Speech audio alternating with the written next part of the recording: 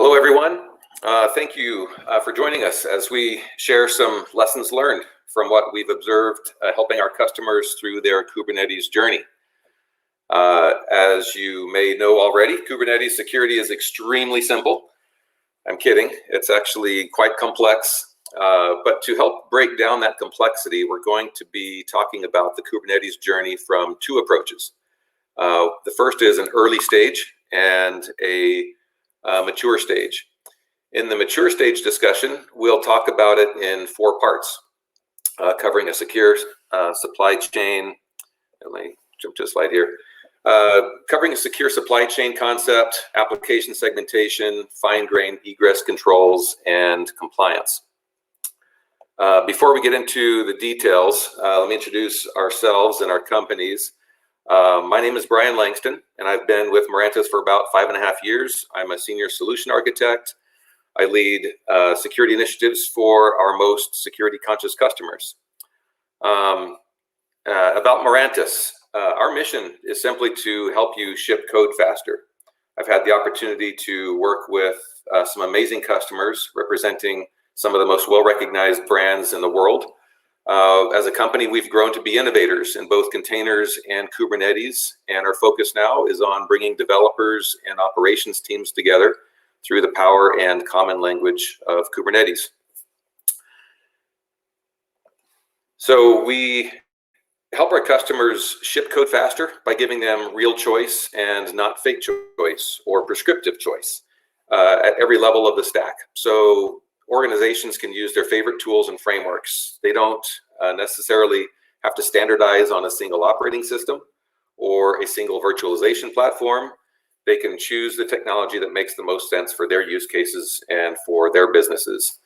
For simplicity, we think about providing an elegant, consistent cloud experience across all clouds, public, private, bare metal, with complete application and also DevOps portability. So not only are applications able to operate on Kubernetes everywhere, but the DevOps workflows and automation that an enterprise has developed to support those applications also becomes portable.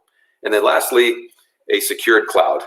Cloud security is a differentiator for Mirantis, and we provide built-in, pre-configured security at a number of layers within the technology stack that are going to ensure that developers don't need to worry about security. It's essentially invisible, and they can focus on continuously getting their code into production faster. So that's a little bit about Mirantis. Nico, do you want to introduce yourself and Tigera? Absolutely. Thank you, Brian, for having me. Let's move forward to the next slide. So my name is Nico Kabar. I'm a solution architect with Tigera, and I'll be co-hosting this session with Brian. So, but before we kind of begin, let's introduce Project Calico, Tigera. If you're not too aware of us, Project Calico is an open source project that started on the same time as Kubernetes, providing simple, secure, and scalable networking solution, a network security solution for Kubernetes. It's blazing fast because it uses native Linux data plane capabilities, providing pod-to-pod networking with or without encapsulation, massively scalable, built on the routing protocol of the internet. That's BGP, providing really that scale and performance for your Kubernetes clusters. It is widely adopted within the industry. Actually, all four major clouds have adopted Calico for their own Kubernetes services. Of course, we work closely with Mirantis, and it is a default a default solution for networking within Docker Enterprise, as well as other kind of self-managed solutions. And it is hardened in the real world with more than 200,000 known clusters, powering over 1 million nodes today in the wild. From a Tigera's perspective, Tigera is the company behind Calico, and we, as I mentioned, we kind of help drive a lot of the early discussions in open source and solutions in open source for both Kubernetes as well as other projects like Istio and Envoy. But not only that, we have a solution called Calico Enterprise that is trusted by top global enterprises, some of which are shared customers with Mirantis that you see here. From the financial services vertical, healthcare, automotive, and telco that we're proud to call our customers as well, who use Calico Enterprise, to address the kind of enterprise level requirements. As I mentioned, Calico itself and Calico Enterprise can run anywhere you have Kubernetes and even beyond. Whether it is managed Kubernetes or self-managed or upstream Kubernetes, providing a good, consistent and reliable and scalable networking solution for you. Finally, before we kind of dig into the discussion here with lessons learned, we kind of, in working with our customers, we've seen, probably you can relate to this, multiple stages in the Kubernetes adoption journey, where start with education with some lab and sandboxes. Stage 2, you move to piloting or experimenting with pre-production workloads to production workloads, and then a mass migration. We worked with a lot of customers who are in this journey, and specifically, and we'll see this throughout this discussion, where there's some early stage kind of learnings and lessons learned around early stage adoption for Kubernetes, especially from a security perspective. But the bulk of the value that we provide jointly with Mirantis here from Calico Enterprise perspective happens to be around stages 3, 4, 5, but we categorize as more mature stages, where there's a need beyond what's available in open source when it comes to those 9 use cases that you see around egress access controls, visibility and troubleshooting, enterprise security controls, micro-segmentation, zero trust networking, and so forth. So with that, I would like to hand it back to you, Brian, to look into some of the early stage lessons learned. Brian? All right. So let's jump right into it. We recognize that the audience today comes from different places in their use of containers. As mentioned a few minutes ago, the first part of the discussion will be geared towards early stage, where workloads might be designed and deployed with dev test environments in mind. So to help relate to our Kubernetes journey, I wanted to share a recent experience. Like many of you, I've felt kind of depressed about the level of isolation brought on by the COVID-19 pandemic. Just before the current school year began for my kids, I thought I would take a last-minute trip with a few of my kids to Colorado to hike a peak that I didn't get to hike when we lived there several years ago. And that peak is Mount Elbert. And at 14,440 feet in elevation, it's the highest peak in Colorado and the second highest in the continental US, behind California's Mount Whitney. So as I was doing my research and trip planning, the view of the trail to Mount Elbert summit made it look pretty easy compared to some of Colorado's other 14ers that I'd climbed before. With the trail report saying it was one of the least technical peaks to hike, this seemed like the right fit for my 16 and 14-year-old daughters and my 13-year-old son.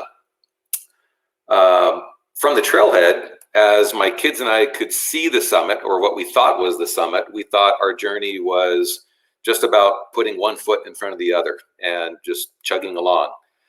And we were wrong, way off. There were many challenges. We made it eventually to the summit. My kids beat me by about 45 minutes. And along the way, they took turns telling me they never wanted to hike one of these things again in their lives, before admitting, once we were at the summit, that it was actually an accomplishment they'll never forget. Of course, there was the frequent, how much longer? How far have we gone? Are we even going to finish this thing? I'm good if we don't keep going. Those kinds of comments that you would expect. The journey we were on actually has many parallels to a Kubernetes journey that I want to share. So first of all, what makes Kubernetes security difficult? I've put a list of just some of the security related terms, concepts, and principles that need to be considered and implemented in a Kubernetes environment. Implementing all of these is hard, and you might ask yourself, should you do them all? How do you do each one effectively? When do you do each one? Should some of them be implemented together? Is there a tool for these things?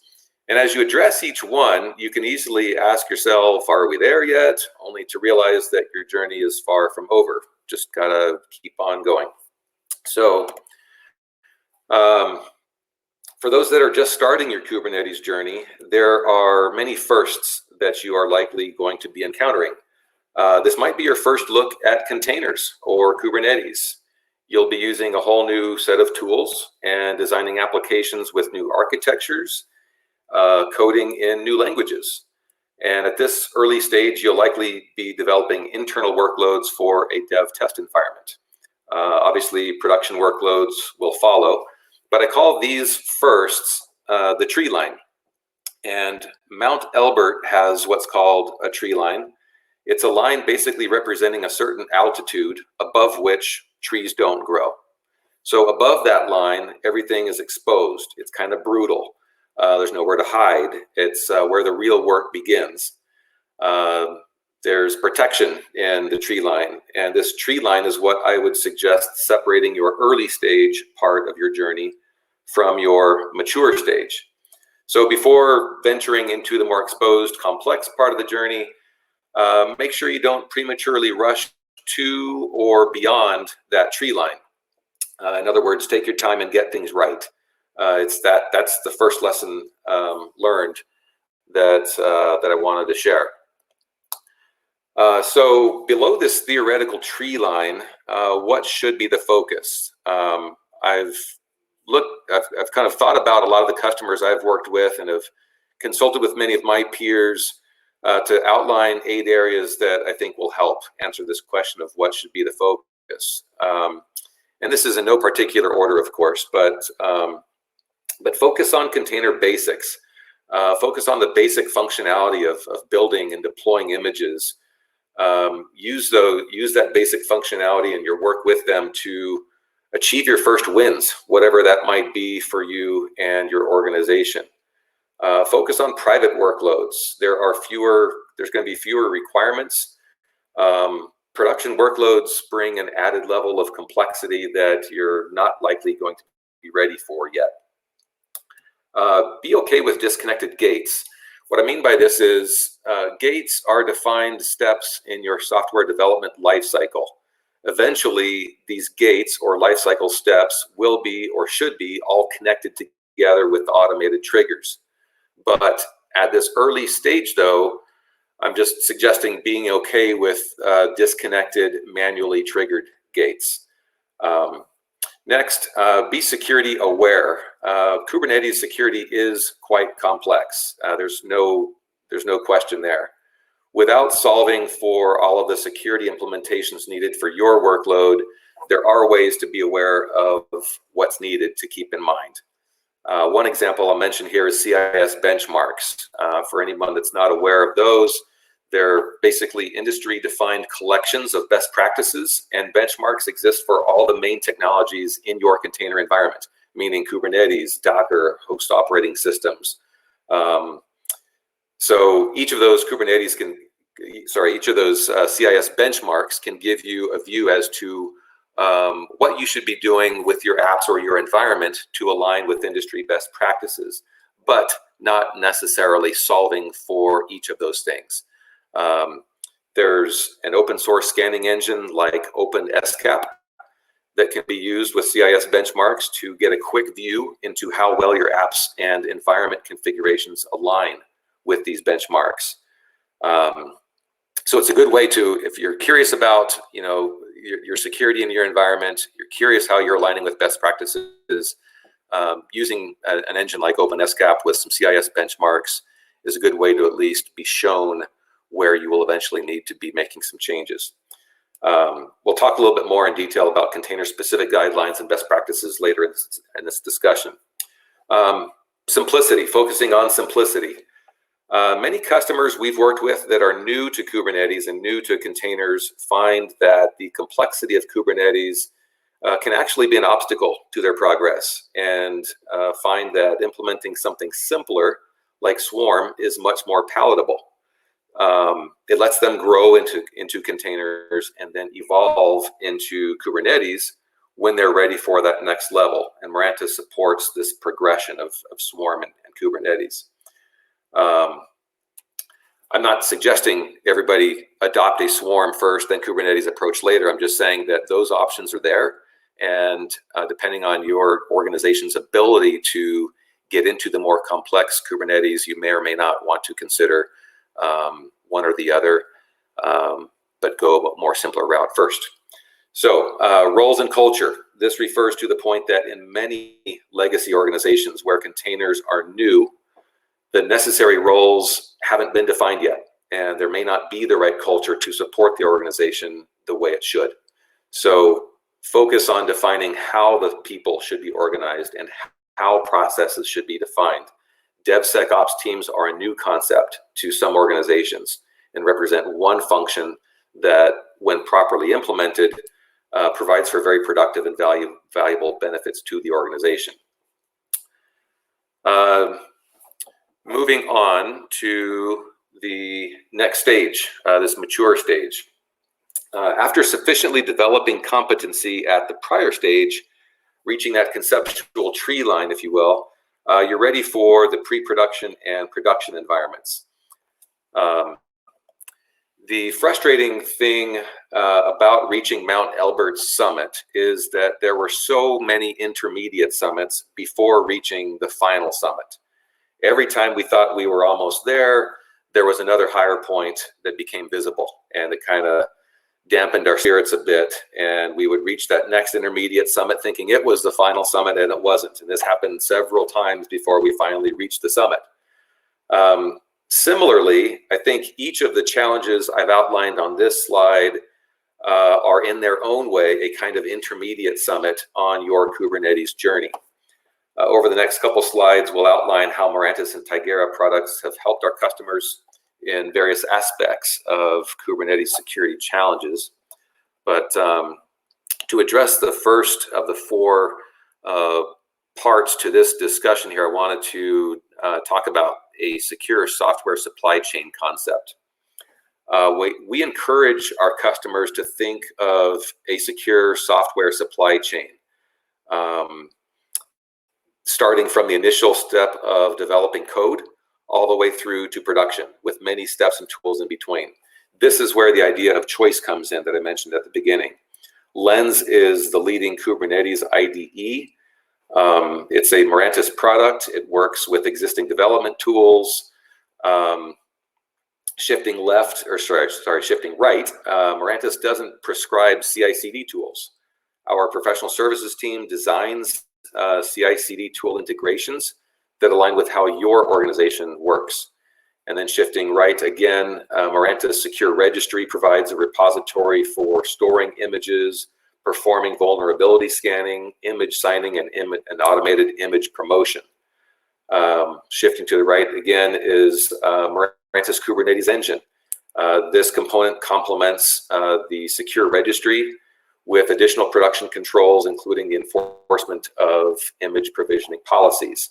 So these are fine-grained controls that we're exposing that either allow or reject the deployment of an image according to whether the image satisfies your thresholds for vulnerabilities, thresholds for age, or any other conditions that you specify.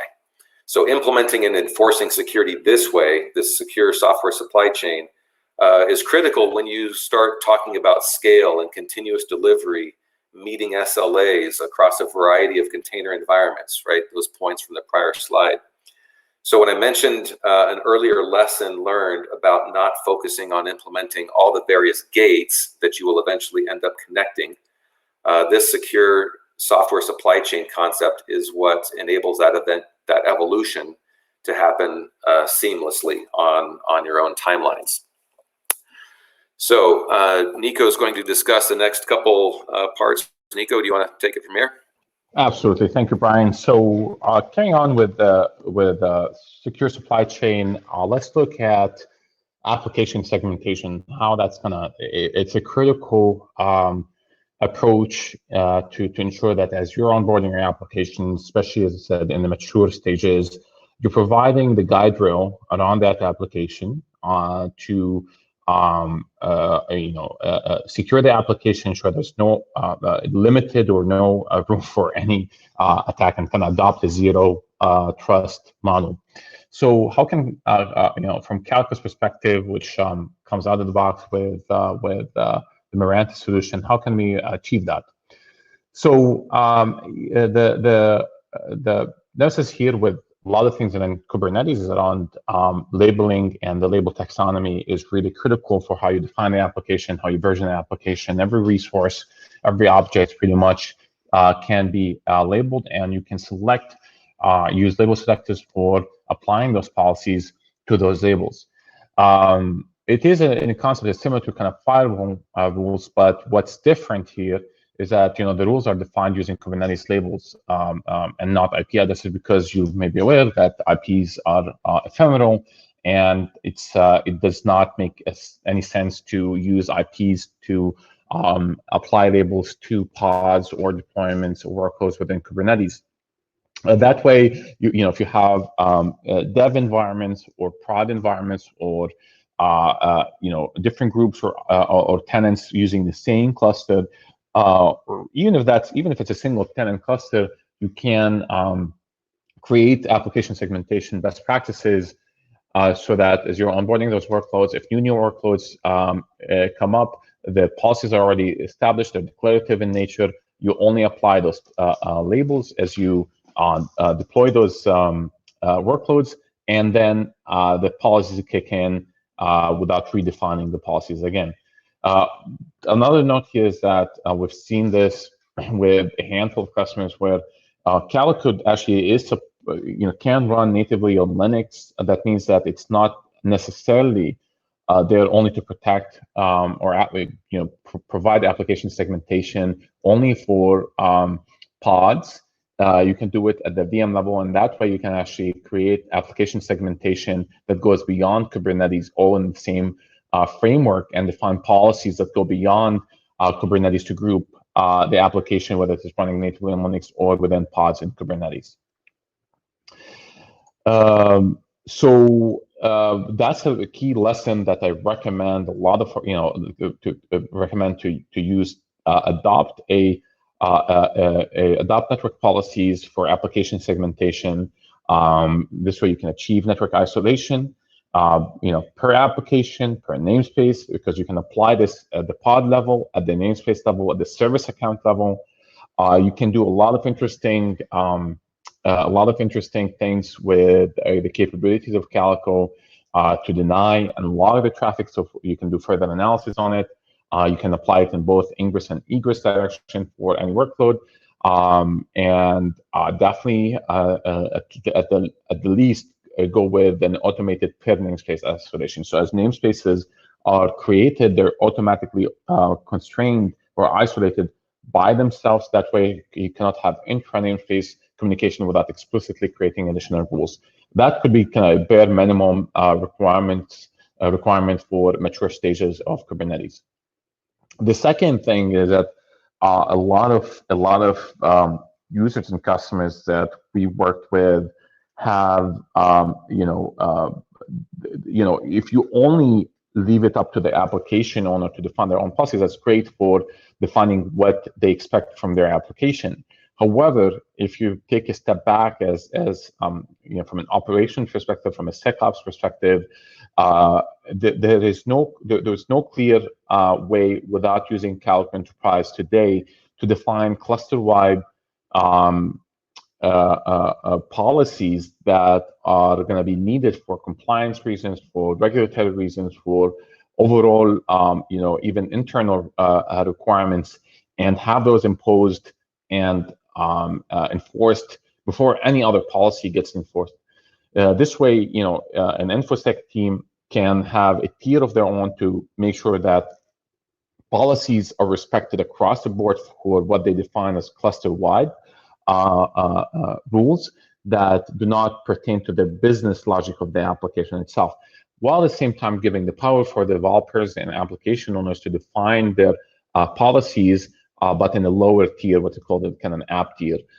So defining this hierarchy is critical and is recommended to ensure that you have consistent regulatory policies applied at the cluster level, while at the same time giving the power to individual teams or application owners to define their own sets of policies. Next, so as you onboard your applications into Kubernetes, it's critical to understand, for the most part, right, they still need to communicate outside of the cluster, whether they're talking to a different services within your data center or your VPC on the public cloud or hybrid cloud. Most likely, those services that are running within Kubernetes are not just going to be talking, within each other. They're going to have to kind of communicate externally in the egress direction. And given that with Kubernetes, we have a more of grouping of multiple applications are going to be running on the same shared environment, it's critical to provide fine-grained policies to ensure that only the expected applications and the pods within that applications can access those external services. Now, the challenge here is that, unlike, traditional workloads where you have, it's more static IPs, that is more zoning, and, you can use that with, you can, use a perimeter-based firewalling to do that. It's with a cloud-native approach, the security and defining policies for egress access is a lot more challenging. I work with customers where they have existing perimeter firewalling rules to allow certain workloads to access databases, and when they onboarded those services in Kubernetes, they basically opened up the whole cluster or the whole silo. That's a huge security risk, because then any pod running that does not even belong to the application that's supposed to connect to that database can actually reach it, and you're basically exposing your application if you're doing it that way. So how we do this is what we call, within Calico Enterprise, we have a concept called DNS Policies. Many of our customers today have kind of adopted this, where if the target for egress destinations for those pods is something that you can't label, right? If if the public IP or Salesforce IP or Oracle database running on something that you can't control, that's something that you can't really use labels internally to segregate. This is where you can use DNS policies to restrict access to those domains or subdomains for the specific pods, even though there could be a pod right next to it, sitting on the same Kubernetes node that should not be accessing it. So you can see here our example within the same Kubernetes cluster. This pod B can communicate with Twilio API, but cannot communicate with Oracle or any of the cloud services that you see on the left-hand side. This fine-grained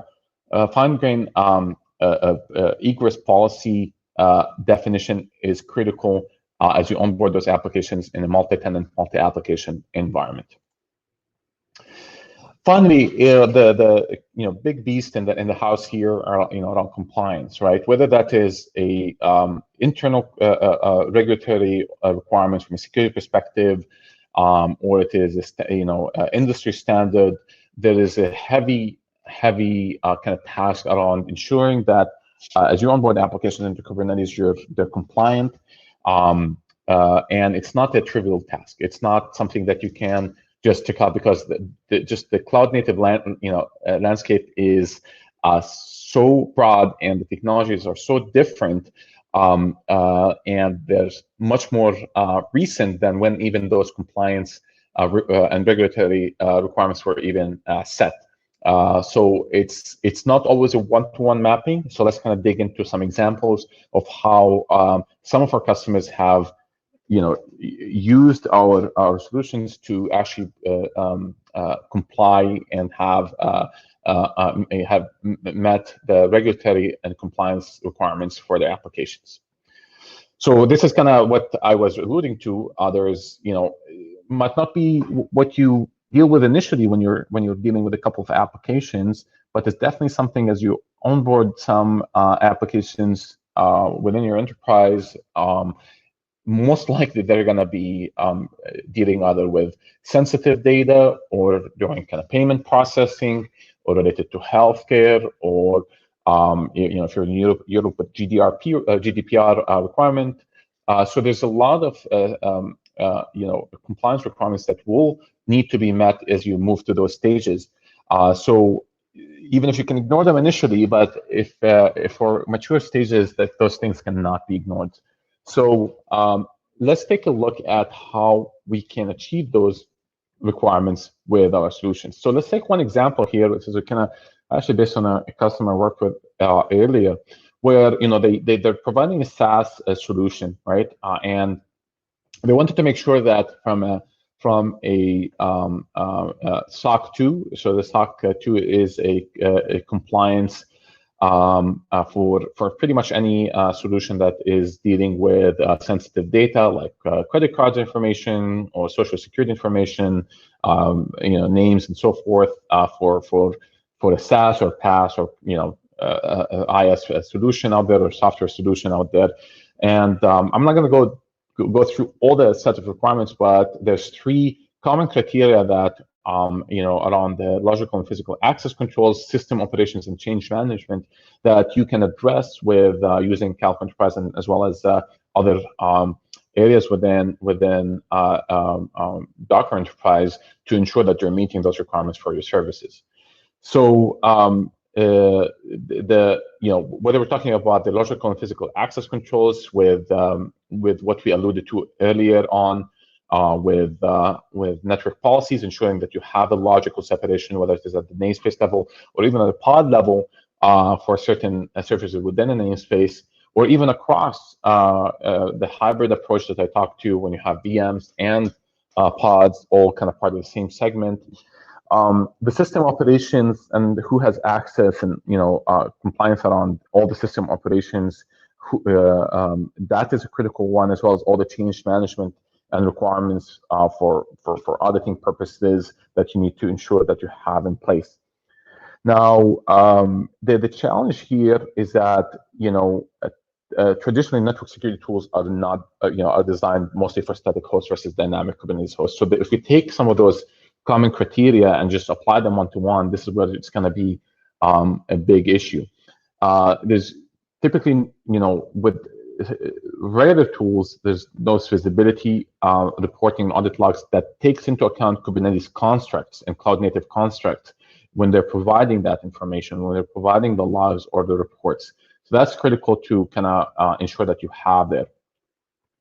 Lastly, the security, network, and platform DevOps teams have their own concepts of security, and sometimes, without using the tiered approach, you can't just apply a single approach for security, because how the InfoSec team is looking at it is different than how the application team is looking at it. You need a more comprehensive way to allow both to kind of work together to ensure those policies are in place to comply with those requirements. So one way we can help with that is within the product is automated. We provide out of the box 4 types of compliance reporting: CS, benchmarking, inventory reporting, to ensure that you have all your pods or endpoints are protected with a policy. You can run those reports on an ongoing basis to ensure that at any given time you have a track record of how many endpoints, how many pods is protected, which ones are not protected, and therefore you can address them. You can export this and provide them to if you have the InfoSec team, or if you are the InfoSec team, you can capture that information, analyze it, and respond to it. As I said, CS, benchmarking, inventory reporting, access control, network access control are all default types of reports that we generate, and it can be at the application or namespace level, or it can be global across the cluster. So this is really helpful. Finally, as I said, audit logs to track API and access logs for all the interaction, whether it is related to the system itself, or who did what when, and also for even Kubernetes wide, for who created which policies, who created which namespace, and so forth. And having a track record of that and a version history of that is going to be critical in those mature stages. Brian, you want to take the second example? Yes, thanks. And just to piggyback off of what you were saying about the DevSecOps teams and different teams having different perspectives on security, that's one I see quite a bit, and can't underscore that one enough. Just to add one bit to that before I address this slide here, as I work with some of our customers, we help them. Some of our services organization team members work with our customers directly to help run these scans that I mentioned earlier. And the results of the scans basically reveal what becomes defects, right? If you run a CIS benchmark and you get some fail findings, those are basically software defects to your development team. And those are helpful to get those defects communicated to your dev team. But the Security Project Management Office, or PMO, those teams have a different perspective, like Nico was saying. So it's one thing to scan and report defects, but it's another to report to the security PMO teams about what those defects mean in terms of that container environment's compliance status. So two very different use cases, but stems from the same data source. And that's kind of what makes compliance a little difficult. And another reason why I mentioned early on about the need to focus on the teams, the roles, the culture, to make sure that the right processes are in place to do with the data what each team needs, how they need to be communicated. So to address the second example here, NIST 800-190, for those that aren't aware, it's a container security guide. NIST, for anybody that's not aware, is the National Institute of Standards and Technology, I think, or can't remember what the T was, but it's a national organization, part of the U.S. Department of Commerce.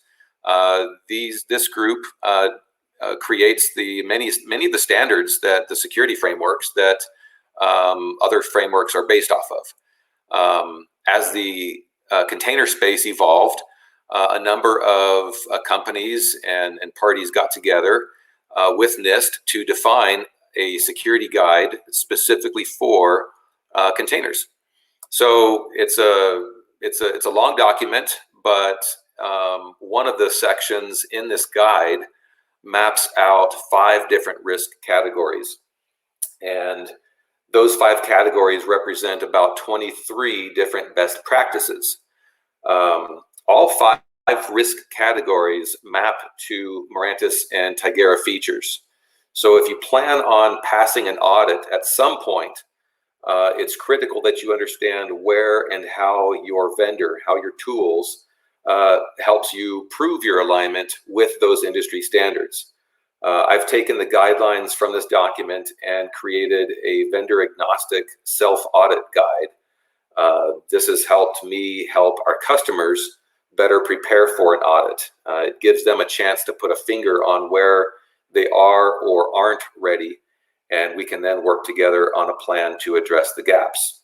So at the end of the day, what this means is it translates to assurance and confidence that you're that in their container implementation. So if you'd like a copy of it, I'd be happy to send you one. Send me an email at the bottom of the slide. Again, it's a vendor agnostic NIST 800-190 self-audit guide. The guide itself is not product specific. The guide itself from NIST is not vendor specific. These are just general industry best practices. And when you look at the image risks and all these 5 risk categories on the left, they should be mapping to certain features, certain processes. And that's what I've outlined in this guide. So happy to share it with you if you want a copy of it. So to summarize, and I realize that summarizing this could take some time too. There's been a lot of content, a lot of points presented and discussed here. But just to maybe share a few, I guess what we're saying is to focus on the basics and achieve smaller victories before you take on additional complexities. Choose the right platform that can make your incremental improvements easier and seamless. And what I mean by that is seamless should mean that you're turning on features, not ripping out a certain tool or a certain platform in favor of another one to give you those features, especially when it comes to security. Many organizations don't address security early on. And if you had to start your security journey by ripping and replacing a lot of tools, that becomes very, very destructive, and that's the exact opposite of seamless. So choosing the right platform can make your progress in your journey a lot easier to incrementally improve. And prioritizing your requirements. This maybe doesn't need to be on the bottom of the list, maybe more towards the top, but it's really prioritizing your requirements. I mean, we've given some outlines as to how to think about, how to approach your Kubernetes journey, starting small, and those other points we made throughout the discussion. But prioritize your requirements. No one organization's path is going to look the same as another one's. Your workloads are going to be different. Your priorities, the reasons for developing your applications are going to be different. So prioritize that and then carve off what you can, but do not try to do everything all at once. I guess the final encouragement is reach the summit. Like I said, we reached the summit. It was a hard journey. We persevered. Your Kubernetes journey will likely share some similar pains and recommendations, but the view is worth it once you've got a collection of processes across multi-cloud environments, hybrid environments. It's all exciting stuff, of course, and the view is amazing. To help you get started, or even to help improve wherever you are in your journey, Nico and I have provided a few links here. I mentioned Lens. It's a Mirantis product. It is open source. We just announced this about a month or so ago at our annual user event. It's an IDE, very, very popular IDE. It's free to download. There are other meetups and webinars that we've done and will continue to do to show how it can be used to help troubleshoot Kubernetes environments. Really powerful stuff built in there. Mirantis Container Cloud is also available for download. This helps organizations at the scaling and multi-cluster management and other phases of a cloud journey. But that's also free to download. And then Calico Enterprise is also free to try, and there's a link at each of these links here. So with that, wanted to address some questions that you all might have. If you want to submit some questions, there's a question option in your window. We'll do our best to address these. So one is, will we be able to download a copy of this presentation later? Yes, we will send that out to everybody that's attended and registered. Another question is, what was the CIS benchmark scan tool that was mentioned? It's Open SCAP, and SCAP is an acronym. So it's Open SCAP. So it's freely available, downloadable.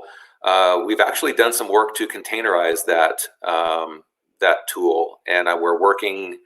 It's a work in progress to open source that with the customers that we've built this with. So we're encouraging the release of this containerized Open SCAP engine, which can be fed CIS benchmarks.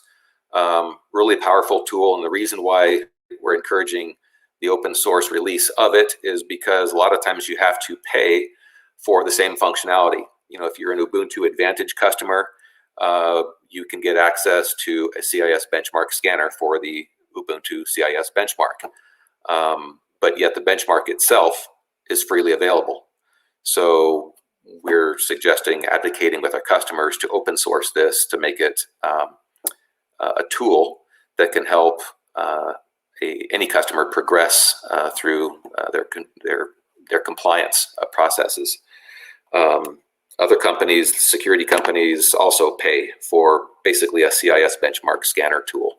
And so we're just thinking, look, it doesn't need to be that way, and we're trying to enable customers to use those with free tools.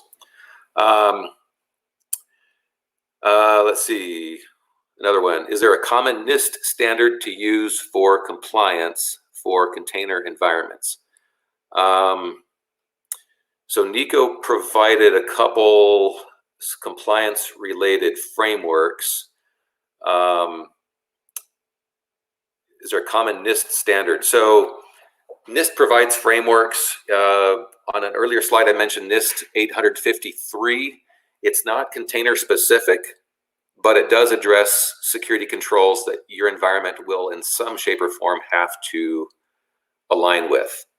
Again, it's not container specific. The 800-190 is, but 800-190 itself is not really a compliance framework. It's just kind of it's a guide. So I wouldn't say that there is a defined, de facto, certified NIST standard for compliance. It's really guidelines from NIST. And then the compliance framework that you're going to audit against depends on the framework that your workload, your organization has to align with. But I mentioned the 800-190 and others as a way of preparing yourself for that audit. If you can say, yes, we do the following from the 800-190 guide, you're in pretty good shape. If you can run the CIS benchmarks and fix the findings, you're in pretty good shape. So those are kind of the vehicles, the tools to help you approach a compliant status. How can I easily add Calico Enterprise to the Mirantis Docker Enterprise embedded Calico? Can I sell this through our Mirantis partnership as an OEM license? What happens if I like to integrate this with Nutanix as a hyper-converged solution and run Docker Enterprise Edition inside, adding Carbon 2? Nico, do you want to address any of those? Yeah, so real quick, so out of the box, you have, with Docker Enterprise, you have Calico, open source, but there is a path to move to Calico Enterprise in a supported way. Feel free, whoever's asking this, feel free to reach out to me. I don't know what's the best way to, you can do my email, nico@tigera.io. If we can go through that process.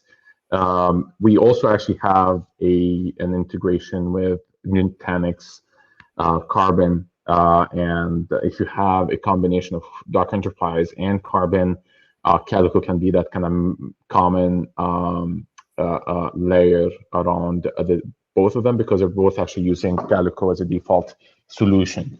So then they both can run Calico Enterprise as well. But feel free to reach out if you want to tackle more details, drill down into that. Great. Okay. Let's see. Others. What about Kubench? So a lot of these asterisk bench tools, asterisk meaning you could substitute Kube, you could substitute Docker. The CIS benchmarks come from CIS organization, the Center for Internet Security. Kubench and Docker Bench are tools that are basically wrappers around these benchmarks, and it's basically extra functionality around the benchmark itself that these Kubench and Docker Bench tools provide. So I know for Docker, for example, we've got one customer that was trying to use Docker Bench, and it has a lot of extra capabilities that this particular customer didn't need. It had multi-cloud support in there, which is fine if that's what you're needing. But the nature of this one customer that I've worked a lot with is really just on-prem, kind of single provider environments. So nothing wrong with Kubench, Docker Bench. They just add extra functionality that you may or may not need. So you might want to look at it before deciding to go all in with it. Another question is, can Mirantis customers use other registries? Absolutely. Not every one of our customers uses exclusively Mirantis products. Most of our customers have a mix, and that's one reason I mentioned at the beginning that we are all about choice, giving our customers choice.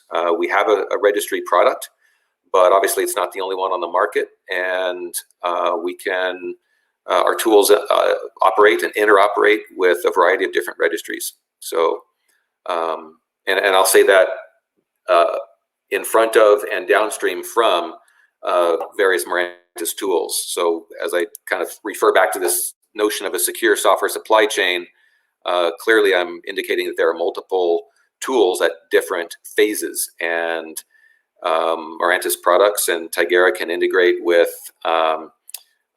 processes above those tools as well as below. So definitely kind of plug and playable, if you will. What scanning tool do you recommend for scanning registry images and enforcing policies? For scanning registry images, again, Mirantis has a product for that. Mirantis Kubernetes engine covers those use cases. Policy enforcement is kind of a broader area, and policies could refer to multiple things. If it's image policy promotion, again, Mirantis Kubernetes engine supports that. If it's network policies, then Calico Enterprise definitely supports that, and that is a huge, huge time-saving tool when you're talking about scale and multi-cluster management. The ability to define and enforce at scale across environments is immensely important and valuable. Let's see. What about scanning host OS, Kates on bare metal for vulnerabilities? What tools do you recommend? For just scanning host operating systems, again, CIS benchmarks provide benchmarks for Ubuntu, for Red Hat, for all sorts of different operating system vendors. So if you're looking to just scan a host OS, then that OpenSCAP tool, fed by the appropriate benchmark for your operating system, is a great way to go. And then, of course, there's third-party tools that do the same. Kubernetes on bare metal, same thing, the same engine, OpenSCAP, but feed it the Kubernetes benchmark and run it and look at the results. So there's some pretty HTML output that you get, but you can also export to XML. There's a lot of work that we've been doing with some customers of ours to take that output in XML, massage it into different formats to help facilitate reporting to development teams and security PMOs that aren't often aligned, as Nico pointed out earlier. What else? Let's see, here's another. I use AWS EKS primarily. How could these solutions implement in AWS? Nico, do you want to cover that? How Calico Enterprise implements AWS? Absolutely. So, as I mentioned earlier, Calico Enterprise can run on EKS and other managed services, managed Kubernetes services, and the default policy enforcement for EKS, if you enable it, is Calico, but then you can extend that to Calico Enterprise, and use everything I talked about. It does pertain to Calico Enterprise that you can use on EKS. And we have a capability with multi-cluster management. So if you have a Docker Enterprise or multiple Docker Enterprise clusters, and you have EKS in the mix, or Nutanix in the mix, or ZKE in the mix, you can use Calico Enterprise to do multi-cluster management, policy management, identity federation, and basically do the compliance reporting from one place. I think hopefully that can answer the question. Cool. All right. So I guess one last question that we'll get to, and I think that'll wrap it up, is how can we scan container images for NIST compliant standard? So scanning container images, there are different things that you're scanning for when we talk about scanning container images. And some of those things are CVEs coming from a CVE database. Mirantis Kubernetes engine supports scanning container images. The part about this question about scanning container images for NIST compliance standard, I'll say that NIST typically specifies the need to have a process for ensuring that your workload components are free from viruses, free from malware, free from unnecessary services, right? But they don't prescribe a tool, right? So the tool for doing that could be, like I said, Mirantis Kubernetes engine. What the engine scans for is CVE vulnerabilities. And so the Mirantis solution for that, again, Mirantis Kubernetes engine, would be the evidence of compliance for a NIST standard, if that makes sense. Since, again, NIST doesn't really get into product-specific, vendor-specific requirements. It's just show me that you have a process for this. So Mirantis Kubernetes engine, great tool for scanning your images. So with that, I know we're out of time here. Thank you all for joining. If there's any follow-up questions, feel free to reach out to myself or Nico. Nico at Tigera.io or blangston at Mirantis.com. Thanks again, and we'll talk to you later.